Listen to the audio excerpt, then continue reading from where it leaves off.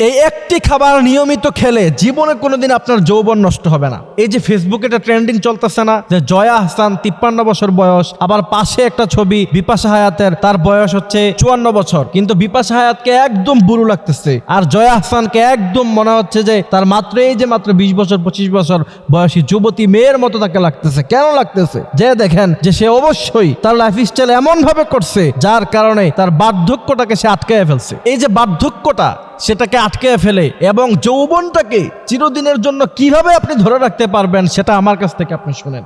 আল্লাহর হাবিব সাল্লাল্লাহু আলাইহি সাল্লাম বলছেন, ওমর ইবনুল খাত্তাব রাদিয়াল্লাহু তাআলা আনহু তিনার ছেলে সামনে বসা।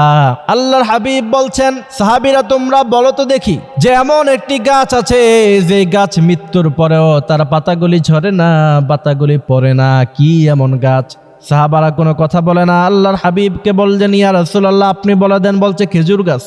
আল্লাহর হাবিব সাল্লাল্লাহু আলাইহি সাল্লাম বলছেন, কেউ যদি নিয়মিত খেজুর খেতে পারে তার যৌবন বৃদ্ধি পাবে। এবং আল্লাহর হাবিব বলছেন, এই আজওয়া খেজুর নামে একটা খেজুর আছে, সকালবেলা যদি কেউ 7টা আজওয়া খেজুর খায়, বিষাক্ত সাপ যদি তাকে ধ্বংসন করে, আল্লাহর হাবিব বলছেন তার শরীরের মধ্যে এত বেশি এনার্জি থাকবে, এত বেশি পাওয়ার থাকবে, যার কারণে আজওয়া খেজুর খাওয়ার কারণে ওই বিষাক্ত সাপ ধ্বংসন করলেও তার কোনো সমস্যা হবে না।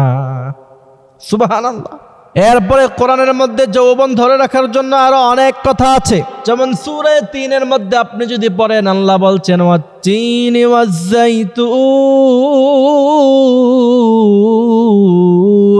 আল্লাহ বলছেন তিন খাও, জাইতুন খাও। মেডিসিন গবেষকরা বলছে যে মানুষের যৌবন নষ্ট হয়ে যায় মিথালোনিডস যে হরমোনের কারণে। সবচেয়ে বেশি সেই হরমোন পাওয়া যায় 3 ফলের মধ্যে।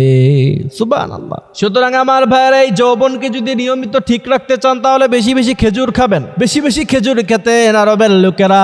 এখনো পর্যন্ত আরবের লোকেরা সবচাইতে বেশি তাদের যৌবন। সুবহানাল্লাহ।